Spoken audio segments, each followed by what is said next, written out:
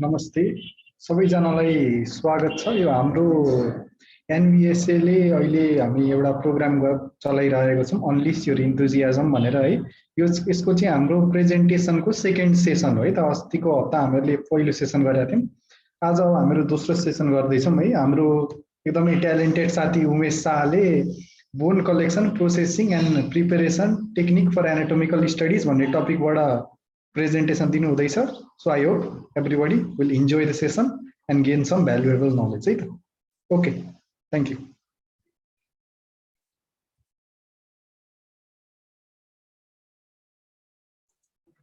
Thank you Sunil साथी। Am I audible? Sunil? Yes, you are audible. नमस्कार सबैजनालाई, दाइ दिदी साथीभाइहरू अनि बहिनीहरू सबैलाई नमस्कार हैन। आज यो अनलिज योर इन्थुजियाजमको म दोस्रो प्रेजेन्टेसन सेसनमा आज आफ्नो प्रेजेन्टेसन लिएर आएको छु र यो मेरो प्रेजेन्टेसनको टपिक चाहिँ बोन कलेक्सन प्रोसेसिङ र प्रिपरेसन टेक्निक रहेको छ हैन। यो चाहिँ एउटा प्रोसिड्युर जस्तै रहेको छ, त्यही भएर अन्तिमसम्म धैर्य धारण गरेर बस्दिनु होला हैन। बीचमा यो सिक्वेन्सल प्रोसेस हो हैन, त्यही भएर सबै कुरा जान्न जरुरी हुन्छ हैन। ल अब चाहिँ म आफ्नो प्रेजेन्टेसन सुरु गर्न गइरहेको छु।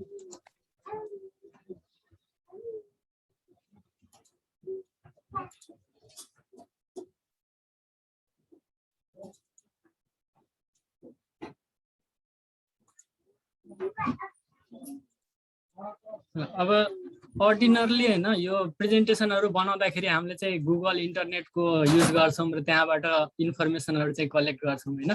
तर यो bone collection processing and preparation technique for anatomical studies भन्ने टपिकमा मैले यो पीपीटी बनाउँदाखेरि हैन एक लाइन पनि कतै गुगलबाट अथवा कुनै एक्सटर्नल इन्फर्मेसन हैन त्यस्तो सोर्सहरुबाट राखेको छैन हैन। बरु हामीले चाहिँ 2 वर्ष अघि आफ्नै युनिभर्सिटीमा हैन जब एनाटोमी ल्याबको म्यानेजमेन्ट को काम भइरहेको थियो हैन, त्यही बेला हामीले चाहिँ बोन कलेक्सन र त्यहाँबाट चाहिँ स्केलेटन कसरी प्रिपेयर गरेका थियौं हैन। त्यो चाहिँ एउटा टिमको काम थियो। यो यहाँ मिडल फिगरमा चाहिँ देख्न सक्नुहुनेछ हैन, यो मिडल फोटोमा त्यो चाहिँ हामी टिमले चाहिँ गरेका थियौं यो काम र यो टिमको चाहिँ एकजना मेम्बर म पनि थिएँ हैन।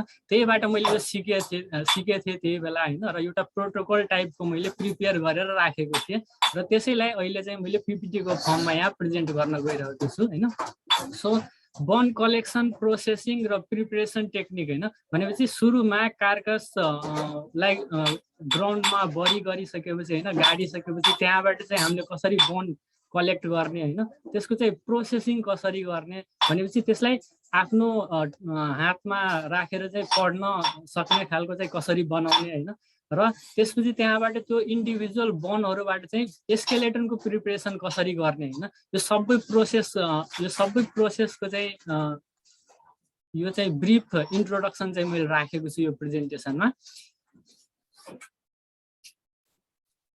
अब जस्तै यो पहिलो स्लाइडमा चाहिँ देख्न सक्नुहुनेछ हैन, यो चाहिँ भरतपुर आर्मी क्याम्पको हामीले चाहिँ जब घोडाको स्केलेटन कलेक्ट गर्न गएका थियौं हैन, त्यो बेला चाहिँ हाम्रै फार्मका दाइहरुले यो त्यहाँ चाहिँ एउटा च्यान चाहिँ खनेर घोडाको च्यान चाहिँ खनेर यहाँबाट चाहिँ बोनहरु कलेक्ट गर्दै हुनुहुन्छ उहाँहरुले। अनि त्यसपछि यो चाहिँ हाम्रै एनाटोमी ल्याबको अगाडिको फोटो हैन, हामीले चाहिँ काम गरेका थियौं र लास्टमा हाम्रो भनेको रिजल्ट भनेको चाहिँ यस्तो स्केलेटन चाहिँ हामीले प्रिपेयर गरेका थियौं जुन चाहिँ अहिले पनि एनाटोमी ल्याबमा छ हैन। जुनियर भाइ बहिनीहरुले चाहिँ पढ्नु पनि भएको छ होला त्यही स्केलेटन त्यही बोनहरु युज गरेर। अब त्यसपछि अब यो बोन कलेक्सन प्रिपरेसन र प्रोसेसिङको चाहिँ मोटो के हो भन्दा यो बोन हैन अस्टियोलोजी स्टडी अफ बोन भनेको चाहिँ अस्टियोलोजी भन्ने हाम्रो जुन सब्जेक्ट हुन्छ कोर्स सिलेबस हुन्छ हैन, त्यो भनेको चाहिँ भेटनरीमा एकदम इम्पोर्टेन्ट पार्ट हो हैन। कोर्सको चाहिँ एकदम इम्पोर्टेन्ट पार्ट हो। त्यसको नलेज चाहिँ स्प्ल्याङ्क्नोलोजी, मायोलोजी, न्युरोलोजी हैन र लास्टमा चाहिँ एनाटोमी र सर्जिकल एनाटोमीमा पनि त्यसैको नलेज चाहिँ युज हुन्छ हैन। त्यही भएर यदि भेटनरी कोर्समा चाहिँ यो एनाटोमी भन्ने सब्जेक्ट यदि हटाइदिएछ भने हैन त्यो भेटनरी कोर्स चाहिँ कम्प्लिट नै हुँदैन होइन, त्यो सिलेबस करिकुलम नै कम्प्लिट हुँदैन, त्यति धेरै इम्पोर्टेन्स हुन्छ एनाटोमी स्टुडेन्ट्सहरूको लागि बोन्सको होइन। र अब ल्याबमा हामीले चाहिँ बोन जुन युज गरिरहेको हुन्छौँ, जुन पढिरहेको हुन्छौँ, त्यो कहाँबाट आछ होला होइन, कसरी त्यो बोनलाई चाहिँ हामीले त्यति सजिलै युज गर्न सक्ने चाहिँ बनाएको छ होला होइन। अथवा अझै मुभिजहरूमा त के पनि देखिन्छ भन्दा त्यो मेडिकल स्टुडेन्टहरूले होइन स्कलहरू अथवा अरू कुनै बनहरू होइन आफ्नै कोठामा आफ्नै बेडको साइडमा चाहिँ राखिरहेको हुन्छ नि त होइन, रुममा चाहिँ राखिरहेको हुन्छ नि त होइन। त्यो सो एउटा कार्कसबाट एउटा ग्राउन्डमा चाहिँ बरी गरेको होइन, गाडिएको डेड बडीबाट चाहिँ कसरी एक्सट्र्याक्ट गरेको छ होला त होइन, त्यसैको बारेमा हामीले आज चाहिँ कुरा गर्नेछौँ। र यो चाहिँ हाम्रो युनिभर्सिटीमा गरेकै कुराहरू हुन्। अब त्यसपछि अर्को स्लाइड भनेको चाहिँ अब यो सबै प्रोसिडर जानिसकेपछि हामीले एउटा टिम बनाएर होइन आफ्नो पर्सनल युजको लागि अथवा कुनै टिमको लागि पनि हामीले छुट्टै बनहरू चाहिँ आफूले एभाइलेबल गराउन सक्छौँ होइन, यही प्रोसिडरहरू फलो गरेर। अथवा त्यति पनि गर्न सकिएन, केही पनि गर्न सकिएन भने त एउटा क्युरियोसिटी भन्ने जुन हुन्छ होइन, कसरी आएको होला, के यो प्रोसिडर के हो भन्ने होइन, त्यो क्युरियोसिटीको पनि त सोल्युसन हुन्छ नि त यो पिपिटीबाट होइन। त्यही भएर चाहिँ मैले आज यो टपिक चाहिँ सेलेक्ट गरेको छु। अब बोनको प्रोपर्टिज के हो भन्दा बोन चाहिँ होइन 1/3 पार्ट चाहिँ प्रोटिनले बनेको हुन्छ, कोलाजन प्रोटिन, र 2/3 पार्ट चाहिँ अलमोस्ट मिनरल्सले चाहिँ बनेको हुन्छ होइन। र त्यो इन्डिभिजुअल बोनहरूलाई एउटा फ्रेमवर्कमा राखेर होल स्केलेटन चाहिँ बनाएको हुन्छ होइन।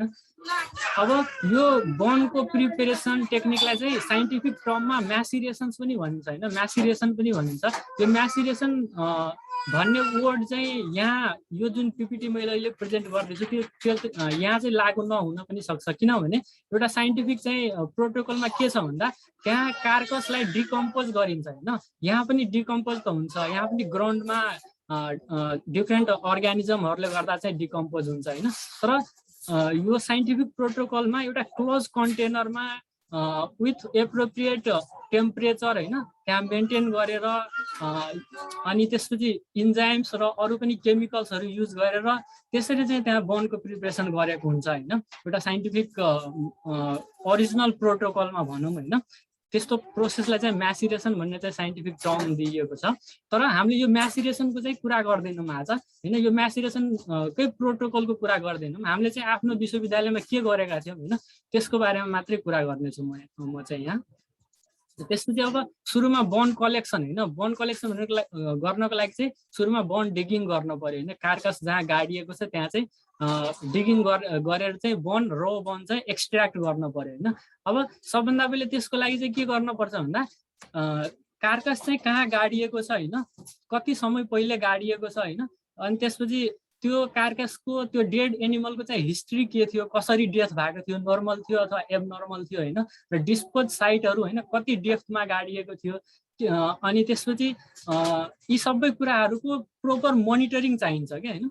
सबै कुराहरू चाहिँ एकदम इनिसियल फेजदेखि नै होइन जब कार्कसलाई डिस्पोज गरिन्छ नि होइन त्यही बेलादेखि नै सबै कुरामा चाहिँ ध्यान दिनुपर्ने हुन्छ, अनि मात्रै हामी यो प्रोसेसलाई यो होल प्रोसेसलाई चाहिँ अगाडि बढाउन सक्छौँ। अब यो जुन टाइम हुन्छ नि होइन कार्कस गाडिसकेपछि हामी कति समयपछि त्यसलाई एक्सट्र्याक्ट गर्ने होइन, यो टाइम भनेको चाहिँ स्पेसिस अनुसार चाहिँ फरक पर्छ। अब स्मल ब्रिड डगहरूमा चाहिँ 10 दिन 15 दिनदेखि लिएर 3 महिना होइन, अनि त्यसपछि अरू लार्ज एनिमलहरूमा चाहिँ 6 महिनासम्म पनि कुर्न पर्ने हुन्छ होइन, किनभने त्यो बोन सँगसँगै अब मसल्स फाइबरहरू सफ्ट टिस्युहरू पनि हुन्छ होइन, त्यो सबै डिकम्पोज हुन पर्यो नि त होइन। त्यो सबै डिकम्पोज भइसकेपछि त्यहाँ सोइलमा रहेको ब्याक्टेरियाहरूले अरू अर्ग्यानिजमहरूले त्यो सबैलाई डिकम्पोज गरिसकेपछि मात्रै हामीले एउटा प्रोपर होइन जुन हामीलाई चाहिएको छ, हामीलाई त चाहिएको भनेको चाहिँ बोन मात्रै हो नि त होइन, त्यहाँबाट हार्ड मात्रै चाहिएको छ, त्यो चाहिँ हामीले एक्सट्र्याक्ट गर्न सक्छौँ र त्यसलाई प्रोसेसिङमा हामी सजिलै ढाल्न सक्छौँ होइन। त्यही भएर यो टाइमिङको चाहिँ एकदम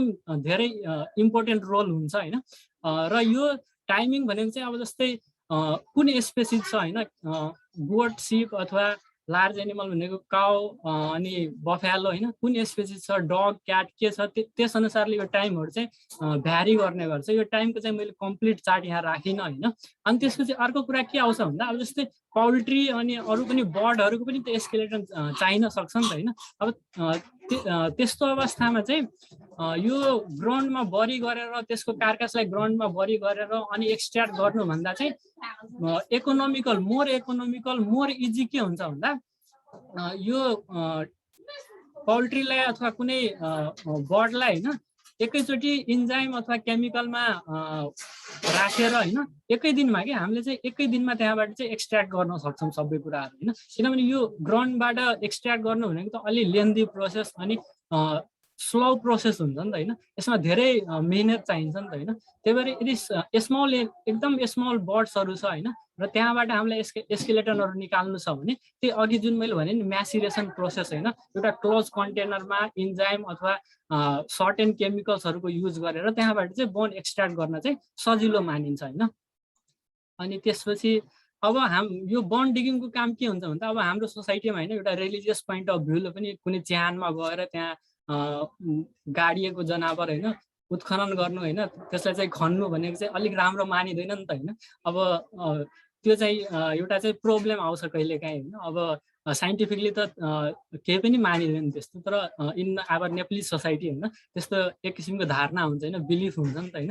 त्यही भएर यसको चाहिँ सबभन्दा चाहिँ राम्रो सोल्युसन के हो भन्दा फार्ममा होइन हाम्रै आफ्नो लाइफ स्टक फार्ममा अथवा हामीले चिनेको फार्ममा आर्मी क्याम्पहरूमा होइन आर्मी क्याम्पहरूमा पनि त्यहाँ घोडाहरूको युज भइरहेको हुन्छ। उनीहरूले घोडाहरू मरेपछि आर्मीहरूले चाहिँ घोडाहरूले चाहिँ डिस्पोज गरे हुन्छ होइन विथ प्रोपर रेकर्ड होइन। अब जुन फार्ममा त्यस्ता ठाउँहरूमा जहाँ चाहिँ dispose site history of animals होइन र फार्म रेकर्डहरू होइन डाइरेक्ट मोनिटरिङ गर्ने अफिसियल्सहरूको प्रेजेन्स हुन्छ होइन, त्यो सबै चाहिँ जहाँ अभाइलेबल हुन्छ त्यस्तो ठाउँबाट हामीले यो बोन डिगिङको काम गऱ्यौँ भने अलि सजिलो हुन जान्छ होइन। न कि कुनै ऱ्यान्डम ठाउँबाट अथवा ऱ्यान्डमली चाहिँ कुनै पनि एनिमलको बोन चाहिँ एक्सट्र्याक्ट गर्नु होइन, त्यो एक किसिमको चाहिँ डेन्जर पनि हुन्छ होइन। एउटा डिजिज ट्रान्समिसनदेखि लिएर अरू पनि होइन धेरै फ्याक्टरहरूको कारणले गर्दा। अनि त्यसपछि यो बोन डिगिङको नेक्स्ट प्रोसेस भनेको चाहिँ यो बोन डिगिङ गर्दाखेरि सबभन्दा इम्पोर्टेन्ट भनेको चाहिँ आफ्नै सेफ्टी हुन्छ होइन। त्यो बोन डिगिङ गर्दै त्यो कार्कास निकाल्दा होइन आफूलाई कतै पनि घाउ अथवा अन्ड चाहिँ नहोस् होइन। किनभने त्यो ठाउँ भनेको चाहिँ फुल अफ ब्याक्टेरिया एन्ड अदर प्याथोजन्स हुन्छ होइन। एकदम 3 महिना भइसकेको छ 6 महिना भइसकेको छ भने त्यहाँ चाहिँ ब्याक्टेरियाहरू अरू फन्जाई अथवा हार्मफुल प्याथोजेन्सहरूले चाहिँ ठाउँ नै जमाइसकेको हुन्छ होइन। त्यही भएर चाहिँ त्यो कुराले चाहिँ एकदमै ख्याल गर्नुपर्ने हुन्छ होइन। त्यही भएर यसलाई चाहिँ मैले फर्स्ट पोइन्टमै राखेँ होइन। अनि त्यसपछि बुट होइन ग्लोभ्स अरू पनि आफ्नो जुन प्रोटेक्टिभ इक्विपमेन्टहरू हुन्छ होइन त्यो सबै चाहिँ युज गर्न सक्नुपर्छ त्यो बोन डिगिङ गर्ने बेलामा होइन। र बोन डिगिङ गर्दाखेरि चाहिँ एकदम सिम्पल हो होइन, त्यो ग्राउन्ड खन्ने अनि बोन निकाल्ने काम त हो होइन, त्यसरी चाहिँ लाग्छ होइन सर्फेसले हेर्दाखेरि। तर इट इज अ टफ जब के होइन। एउटा कुनै पनि बोन भनेको त्यहाँ क्लिन बोन चाहिँ हुँदैन होइन, एकदम गनाउने अनि त्यसपछि मसल्स फाइबरहरू सफ्ट टिस्युजहरू एट्याच भएको होइन, हेर्दै कस्तो होइन यस्तो बोन लिएर हामीले कसरी अब फर्दर प्रोसेसिङ गर्ने भन्ने किसिमको एउटा विचार आउँछ होइन। त्यही बेला चाहिँ त्यस्तो अवस्था चाहिँ हुन्छ त्यो च्यानमा होइन। त्यही भएर यो क्लिन बोन पाउनु भनेको चाहिँ ज्याकपट जस्तै हो होइन, ज्याकपट जस्तै हो। क्लिन बोन पाउनु भनेको चाहिँ अलमोस्ट नेक्स्ट टु इम्पोसिबल नै हुन्छ होइन। अब जस्तै यो चाहिँ त्यही इक्वाइन फार्ममा म पनि गएको थिएँ होइन, त्यहाँ फार्मका दाइहरूले चाहिँ त्यो खन्ने बेलामा होइन यो चाहिँ यति धेरै फुवर हुन्छ भनेर चाहिँ मैले राखेँ यो फिगर होइन। यस्तो अवस्थामा बोनहरू पाइन्छ क्या होइन। एउटा हरेक बोनहरू चाहिँ जोइन्ट्सदेखि टुक्रिएर कुनै बोन त कम्प्लिट बोन पनि हुँदैन होइन। यदि धेरै समय भइसकेको छ कार्कास गाडिएको होइन र हामी चाहिँ समयमै विदिन एन एप्रोप्रिएट टाइममै यदि डिगिङ गर्न सकेनौँ भने बोनसम्म पनि डिकम्पोज भएको पाइन्छ होइन। यो मसल्स अरू टिस्युहरू त डिकम्पोज हुन्छ नै होइन, कुनै अवस्थामा चाहिँ बोनसम्म पनि डिकम्पोज भइसकेको हुन्छ र त्यस्तो बोन चाहिँ हामीलाई काम लाग्ने हुँदैन एनाटोमिकल स्टडीको लागि होइन। त्यही भएर एप्रोप्रिएट टाइममै डिगिङ गर्न सक्नुपर्छ। र यो बोनको चाहिँ यस्तो अवस्था हुन्छ होइन, यस्तो अवस्था हुन्छ कि अब फर्दर काम कसरी गर्ने भन्ने हुन्छ क्या होइन। सो यो चाहिँ आफ्नो पर्सनल प्रिकसन साथसाथै होइन एकदम धैर्य एकदम इनर्जीको साथ चाहिँ यो प्रक्रिया चाहिँ अगाडि बढाउनु पर्ने हुन्छ क्या होइन। अनि नेक्स्ट स्लाइडमा चाहिँ अब बोन चाहिँ खनिसकेपछि होइन हामीले चाहिँ र बोन होइन एक्सट्र्याक्ट गऱ्यौँ त्यहाँबाट। अब त्यो बोनको अवस्था भने कस्तो हो भन्दा त्यहाँ चाहिँ एकदमै हार्मफुल प्याथोजनहरू सबै अकुपाई गरेर बसेको हुन्छ होइन। यो चाहिँ बोरामा यसरी चाहिँ बोन चाहिँ हामीले कलेक्ट गरेका थियौँ, त्यसको फिगर हो होइन। अब त्यो सबै चाहिँ रिमुभ गर्नको लागि होइन, यो सबै हार्मफुल प्याथोजनहरू रिमुभ गर्नको लागि सुरुमा त त्यहाँ भएको होइन, त्यहाँ अट्याच चाहिँ सफ्ट टिस्युहरू अनि फ्याटी टिस्युहरू, मस्कुलर स्ट्रक्चरहरू होइन, टेन्डन, लिगामेन्ट अथवा अरू पनि भर्टिब्रल क्यानलमा नर्भ टिस्युहरूको पार्ट पनि हुन्छ होइन। यस्ता पार्टहरूलाई चाहिँ सबभन्दा पहिले चाहिँ रिमुभ गर्न सक्नुपर्छ होइन। यस्ता पार्टहरूलाई हामीले रिमुभ गर्न सकेनौँ भने चाहिँ त्यो भनेको चाहिँ फर्दर काम गर्नको लागि होइन एकदमै गाह्रो हुन्छ नि त होइन।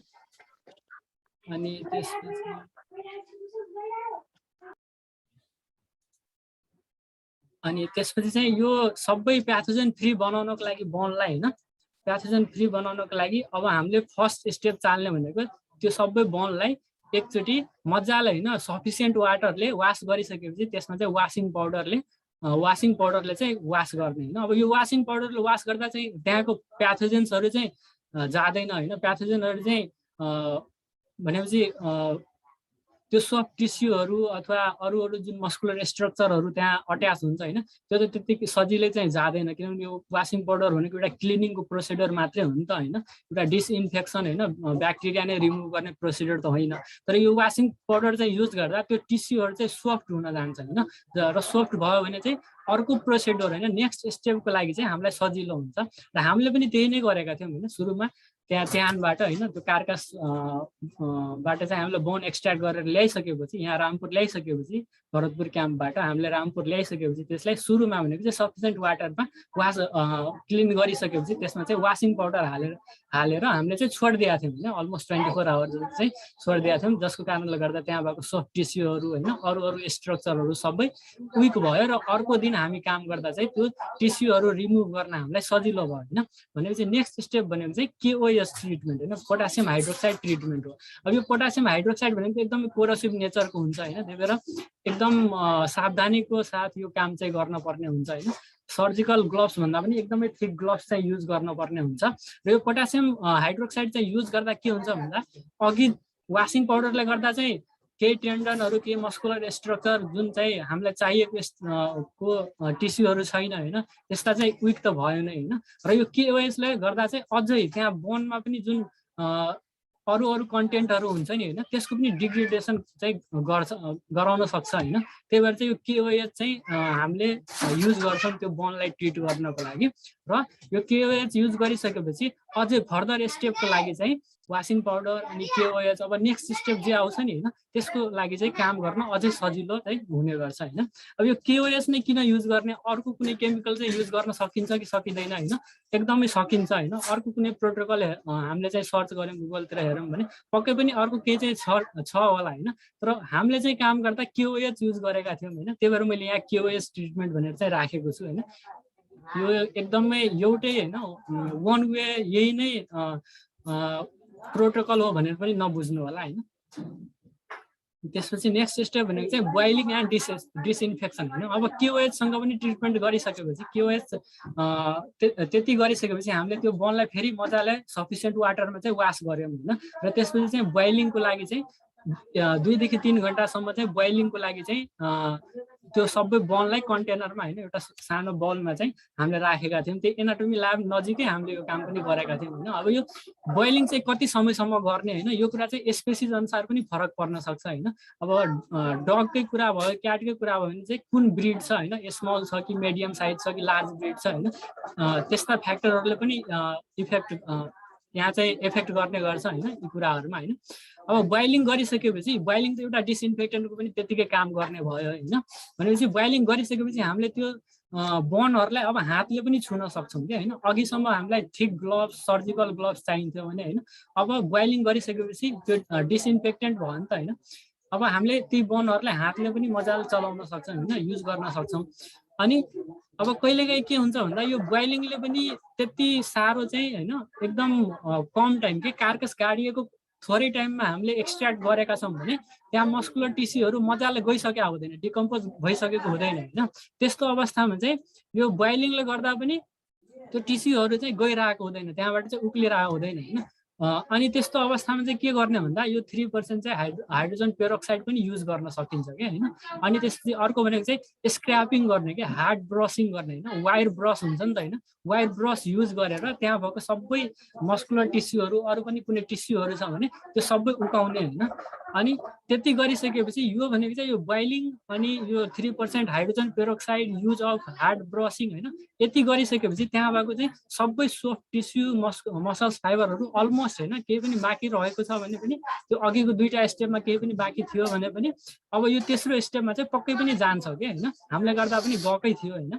अनि त्यसपछि अब यो बोइलिङ त भयो होइन, डिसइन्फेक्सन काम गर्यो भनेर चाहिँ बुझ्यौँ। अब मानव कहिलेकाहीँ चाहिँ बोइलिङ पनि सफिसियन्ट भएन होइन, मानव डिसइन्फेक्सनको लागि चाहिँ सफिसियन्ट भएन भने त्यो अवस्थामा हामीले एक्सटर्नल डिसइन्फेक्टेन्टहरू पनि त हुन्छ नि होइन, कमर्सियल डिसइन्फेक्टेन्टहरू होइन, त्यस्तो डिसइन्फेक्टेन्टहरू पनि युज गर्न सक्छौँ कि, जसको कारणले गर्दा हाम्रो सेफ्टीको पनि सवालमा होइन सेफ्टी पनि बढाउने गर्छ होइन। अरू पनि कुनै हार्मफुल प्याथोजन त्यहाँ रहिरहेको छ भने त्यो पनि चाहिँ त्यहाँबाट चाहिँ हटेर जान्छ होइन। त्यसपछि नेक्स्ट स्टेप भनेको त्यति गरिसकेपछि अब भनेको चाहिँ ड्राइङ हुन्छ होइन। ड्राइङ भनेको एयर ड्राइङ पनि गर्न सक्छौँ अथवा सनमा पनि ड्राइङ गर्न सक्छौँ होइन। अब यो चाहिँ हामीले यस्तो प्रोसेस चाहिँ गऱ्यौँ होइन। मानव यही कुरा चाहिँ विदेश अथवा अरू फरेन कन्ट्रीमा चाहिँ गरेछ होला भने होइन, त्यस्तो अवस्थामा चाहिँ उनीहरूलाई सन ड्राइङ नगर्न पनि सक्छन्, ओभन पनि युज गर्छन् होला होइन। त्यो चाहिँ छुट्टै कुराहरू हुन् होइन, त्यहाँ चाहिँ छुट्टै प्रोटोकलहरू हुन्छ, तर हामीले गरेको चाहिँ यही नै थियो होइन। अनि अब त्यति भइसकेपछि त्यो सनमा ड्राई भइसकेपछि अब बर्न भनेको चाहिँ लाइटर हुन्छ होइन, त्यसको वेट पनि डिक्रिज हुन्छ। बोइलिङ, त्यसपछि केओएस ट्रिटमेन्ट, वासिङ प्रोडक्ट यति सबै गर्दा त त्यहाँ भएको चाहिँ मिनरल कन्टेन्टहरू होइन, अरू पनि के कन्टेन्टहरू सबै चाहिँ डिक्रिज हुँदै गयो नि त होइन। सो बर्नको चाहिँ वेट पनि लाइट हुने भयो होइन, अनि त्यसपछि ड्राई गर्दा ड्राई हुने भयो। अनि अर्को भनेको चाहिँ त्यसको कलरमा पनि अब चेन्ज आउँछ कि होइन, जुन चाहिँ सुरुमा एक्सट्र्याक्ट गर्दा हेर्दै घिन लाग्दो थियो होइन, त्यो चाहिँ अब एकदम राम्रो देखिने हुन्छ क्या होइन। अनि त्यसपछि नेक्स्ट स्टेप भनेको चाहिँ यति भइसकेपछि होइन हाम्रो बन चाहिँ अलमोस्ट चाहिँ प्रिपेयर भइसक्यो होइन। अब लास्ट स्टेप भनेको चाहिँ वार्निसिङ एन्ड अदर्स के होइन। वार्निसिङ भनेको चाहिँ यो अब त्यो बनलाई चाहिँ पेन्ट गर्ने होइन, प्रोसेसिङ गर्दा गर्दै होइन, यो लास्ट स्टेप भनेको चाहिँ त्यो बनलाई चाहिँ पेन्ट गर्ने। पेन्ट गर्नको लागि चाहिँ युज गर्ने भनेको म्याक्सिमम चाहिँ व्हाइट पेन्ट युज गरिन्छ होइन, अथवा ओइल अथवा कुनै अरू नन कोरेसिभ होइन, नन कोरेसिभ कुनै पेन्टहरू जुन चाहिँ हामीले कहिलेकाहीँ चाहिँ आफ्नै घरको चाहिँ फर्निचरहरू पेन्ट गर्दाखेरि पनि युज गरिन्छ नि त होइन, त्यस्तै चाहिँ ट्रान्सप्यारेन्ट पेन्टहरू पनि युज गर्ने चलन चाहिँ हुन्छ होइन, यो बन चाहिँ प्रिपेयर भइसकेपछि।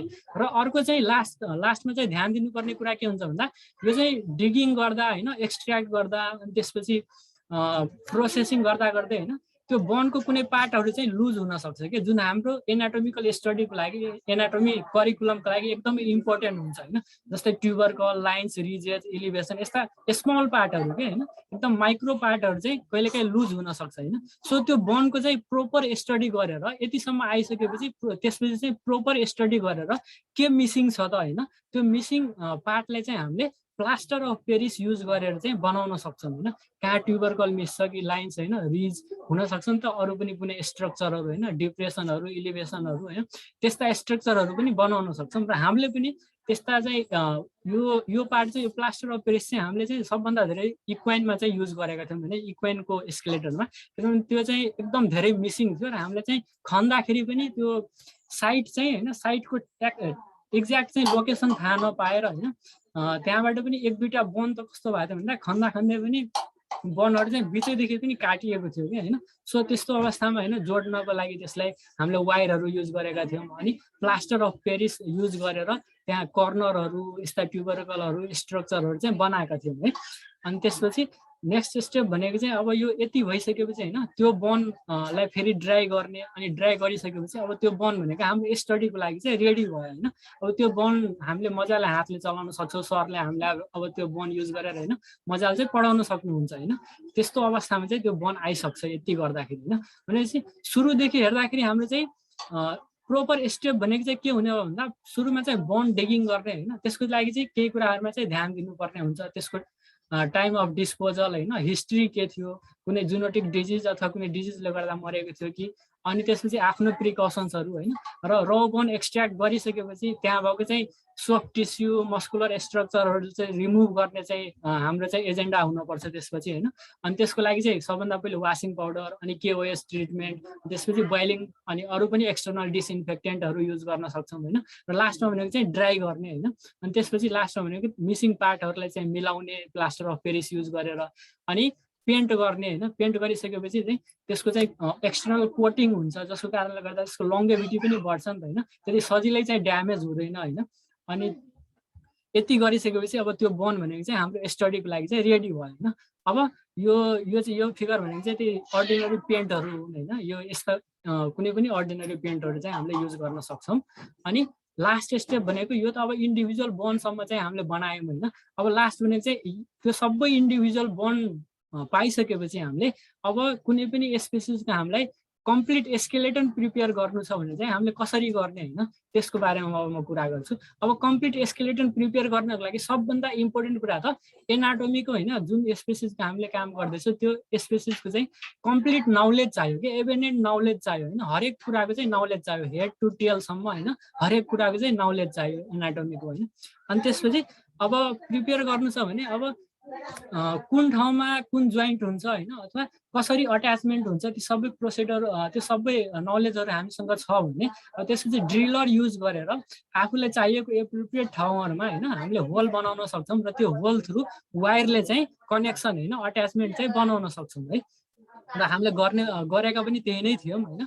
र त्यो सबैलाई सपोर्ट गर्नको लागि युजुअली है अहिले वर्ल्डमा पनि युजुअली चाहिँ होइन जेनरली चाहिँ यो स्टिलको फ्रेम चाहिँ युज गरिन्छ होइन। किनभने अब यो बोन त आफै स्ट्रङ भयो होइन तर जोइन्ट त स्ट्रङ हुँदैन नि होइन। त्यसमा पनि हामीले एकदम अर्डिनरी वायर चाहिँ युज गरेका हुन्छौँ होइन त्यसको एट्याचमेन्टको लागि। सो त्यो वायरलाई सपोर्ट दिनको लागि त्यो होल स्केलेटनलाई सपोर्ट दिनको लागि चाहिँ सबभन्दा बेस्ट मानिएको भनेको चाहिँ स्टिलको फ्रेम चाहिँ बेस्ट मानिन्छ होइन। अब कतै कतै चाहिँ वुडन फ्रेम पनि युज गरेको चाहिँ पाइन्छ होइन त्यो चाहिँ छुट्टै कुरा हो। तर बेस्ट भनेको चाहिँ स्टिलको फ्रेम हुन्छ र हाम्रो एनाटोमी ल्याबमा पनि स्टिलकै फ्रेम छ जहाँसम्म मलाई याद छ होइन। अनि त्यसपछि त्यसरी चाहिँ हामीले सबै बोनहरूलाई एकअर्कासँग जोइन गरेर होइन हेड टु टेलसम्म स्कलदेखि लिएर होइन लास्ट टेल बोनसम्म हामीले अट्याच गर्न सक्छौँ र एउटा कम्प्लिट स्केलेटन चाहिँ बनाउन सक्छौँ होइन। अनि त्यसपछि अब त्यो ड्रिल गऱ्यौँ होइन ड्रिलर युज गऱ्यौँ। अब ड्रिलर युज गर्दाखेरि पनि अर्को प्रब्लम के आउँछ भन्दा कहिलेकाहीँ सानो होइन सानो चाहिँ कर्नरहरू त्यहाँ हुन्छ कि प्रोड्युस हुन्छ होइन। सानो कर्नरहरू प्रोड्युस हुन्छ र जुन कर्नरहरूले गर्दाखेरि हामी जब पढ्न थाल्छौँ नि त्यो एनाटोमी सब्जेक्ट होइन त्यो बोनहरू त्यो स्केलेटनहरू जब पढ्न थाल्छौँ नि अनि कन्फ्युजन आउँछ कि होइन यो चाहिँ साँच्चैको कर्नर हो कि कुनै ट्युबरकल हो होइन कुनै इलिभेसन हो कि होइन त्यस्ता कन्फ्युजनहरू आउन सक्छ कि होइन। सो ड्रिलर युज गरिसकेपछि त्यहाँ भएको चाहिँ कर्नरहरूलाई पनि हामीले कर्नर फ्री गराउनु पर्छ होइन। र त्यस्ता कर्नर फ्री बनाउनको लागि फेरि पनि हामीले चाहिँ प्लास्टर अफ पेरिस नै युज गर्छौँ होइन। अब त्यति भइसकेपछि सबै बोनहरूलाई चाहिँ कनेक्ट गरिसकेपछि एउटा कम्प्लिट स्केलेटन बन्यो होइन इन स्टिल फ्रेम होइन। एउटा स्टिल फ्रेममा चाहिँ स्ट्यान्ड हुने चाहिँ कम्प्लिट स्केलेटन चाहिँ प्रिपेयर भयो होइन। र हाम्रो काम पनि यति गर्दाखेरि सकिएको थियो है। अब यो चाहिँ हाम्रो सबैजनाको चाहिँ टिम थियो होइन। अब यो यसमा चाहिँ कतिजना मिसिङ पनि हुनुहुन्छ होइन। अब सबैको चाहिँ मलाई अझै पनि याद छ होइन यहाँ जो हुनुहुन्छ उहाँ भन्दा पनि अरू मान्छेहरू पनि त्यहाँ थिए होइन त्यो बेला चाहिँ। ल यति नै थियो मेरो presentation. Thank you so much होइन। कसैलाई केही क्वेसन छ भने चाहिँ म ट्राई गर्नेछु। Okay thank you so much. Sunil back to you.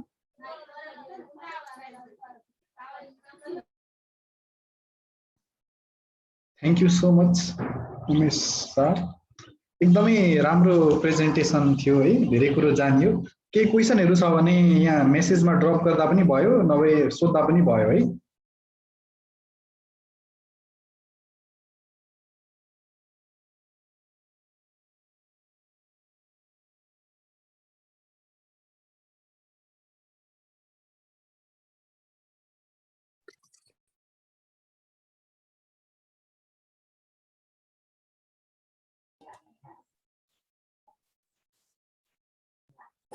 Okay I think कसैलाई पनि क्वेसन छैन होइन। अब म यही प्रेजेन्टेसन सकेँ होइन। यो प्रेजेन्टेसन चाहिँ होइन पक्कै पनि केही न केही बुझ्नु भयो होला होइन। अब अब यहाँबाट चाहिँ मैले एउटा के एनाउन्स गर्न चाहन्छु भन्दा होइन जो 8th ब्याच आउनु भएको छ नि होइन अहिले चाहिँ फर्स्ट सेमेस्टर हुनुहुन्छ नि अथवा थर्ड सेमेस्टरका भाइ बहिनीहरू पनि होइन तपाईँहरू यदि यस्तै होइन कुनै बन्ड कलेक्सन एन्ड प्रोसेसिङ गर्न चाहनुहुन्छ होइन आफ्नै पर्सनल युजको लागि अथवा होस्टेलमै ल्याउँ न त होइन त्यस्ता एस्केलेटरहरू बन्डहरू आफ्नो पर्सनल पढ्नको लागि होइन पछिसम्म पनि काम गर्न चाहिँ पढ्नको लागि चाहिँ सजिलो होस् भन्ने चाहिँ इच्छा राख्नुहुन्छ भने होइन हामीलाई चाहिँ कन्ट्याक्ट गर्नुहोस् एनबिएसए टिमलाई पनि कन्ट्याक्ट गर्नुहोस् होइन म आफै पनि एनबिएसए मेम्बर छु होइन त्यही भएर र यो प्रोसेस चाहिँ अगाडि बढाउन हामीले चाहिँ फेरि पनि सहयोग गर्न सक्छौँ होइन अरू बाहिर कतै पनि जानु पर्दैन होइन आफ्नै फार्ममा पनि कति एनिमलहरू चाहिँ मरिरहेको हुन्छ होइन त्यही हामीले मोनिटरिङ गरेर यो प्रोसेसलाई चाहिँ अगाडि बढाउन सक्छौँ होइन हाम्रो आउने जुनियरहरूलाई होइन अरूले चाहिँ नोट्सहरू होइन अनि त्यसपछि के अरे प्रिपेयर स्लाइड्सहरू दिन्छन् भने हामीले आफ्नो भावी जुनियरहरूलाई हामीले एउटा एस्केलेटन बनाएर दिउँ न होइन तिनीहरूलाई चाहिँ पढ्नको लागि सजिलो होस् भनेर त्यस्तो काम गरेर जाउँ न होइन भन्ने चाहिँ यो कुरा चाहिँ म एनाउन्स गरेँ यही होइन एउटा टिम बनाएर आउनुहोस् होइन तपाईँहरूको ब्याचबाट 7th ब्याच अथवा 8th batch and we are with you के होइन यति नै मैले भने अब कसैको केही क्वेसन छ भने चाहिँ सोध्नु होला thank you so much for your time